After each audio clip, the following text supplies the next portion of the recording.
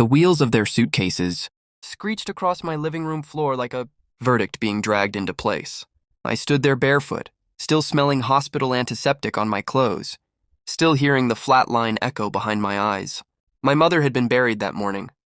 By evening, my husband had moved his family in. "I'll live with my family," he said, not looking at me. Like it was a schedule change. Like grief was a lease he could terminate. I didn't cry, not then. I watched my mother-in-law's fingers test the sofa cushions, watched my sister-in-law claim the window seat. I watched my husband open cupboards as if he owned the air. And then he told me to pack. My daughter clutched my leg. 8 years old. Small voice, big eyes. "Dad," she said, "don't you know?" He froze, just a flicker. A glitch, then he hardened again and pointed to the door. That was the moment I decided to survive quietly. We met when he was careful. That's the lie I missed the most. He brought tea when I worked late. He listened, he asked. When I moved in with my mother to help her through chemotherapy, he kissed my forehead and called me strong. We promised each other patience. We promised family. I believed him because I needed to. Love does that. It edits the red flags into confetti. My mother's illness turned months into corridors. Hospital lights, bills, I paid most of them. I kept receipts. I learned to document without knowing why. When my mother died, the house felt hollowed out. He came home late that night with boxes, luggage, his mother's silverware, his sister's clothes. He didn't ask. He announced. Grief made me slow, but it didn't make me blind. The changes had started earlier. Short replies, locked phone. Money moved without explanation. He stopped calling our daughter Princess and started calling her your child when he was angry. The words mattered. I found the message by accident. A family group chat, not ours. A new one, plans, dates. A line that read, "Once she's gone, we move in."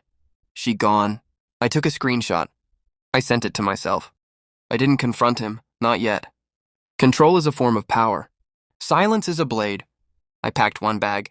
The essentials, documents, my mother's will, my daughter's school records. A folder I had built without realizing it was armor. I walked out of that house with my head high and my pulse steady. We stayed with a friend. I let the rage burn off in private. I cried only once in the shower, where it couldn't stain anything important. Then I planned. First, I checked the deed. My name was on it. My mother had insisted years ago. Security, she'd said. Never trust love without paperwork. Second, I reviewed the accounts. The money he'd moved?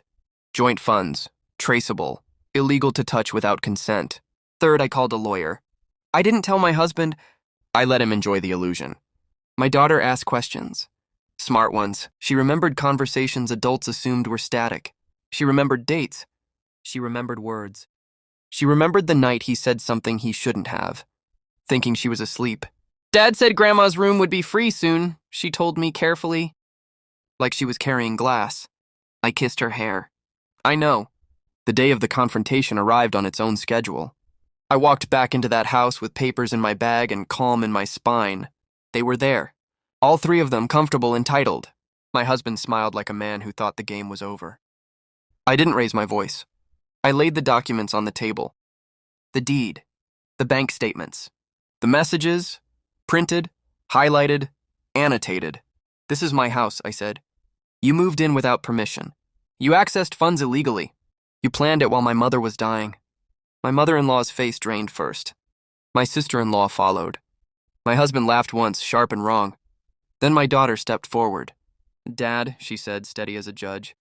Don't you know Grandma recorded everything? Silence collapsed the room. My mother had suspected.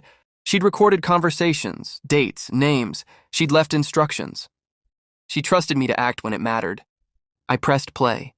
His voice filled the space, confident, cruel, talking about timing, about convenience, about me like an obstacle. They turned pale because truth is a mirror you can't smash without bleeding. He tried to speak. I raised a hand. I've filed, I said. Eviction, fraud, divorce, full custody. He looked at our daughter. She didn't look back. I didn't gloat. I didn't need to. Justice doesn't require applause. They left with the same suitcases they brought in. Wheels screeching. This time it sounded like retreat.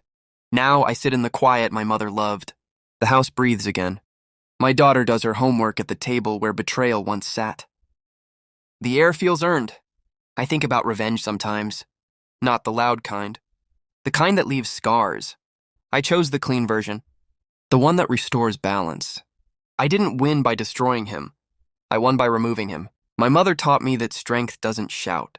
It documents, it waits, it acts when the moment is undeniable. And when I close my eyes at night, I don't hear suitcases anymore. I hear silence, and it sounds like freedom.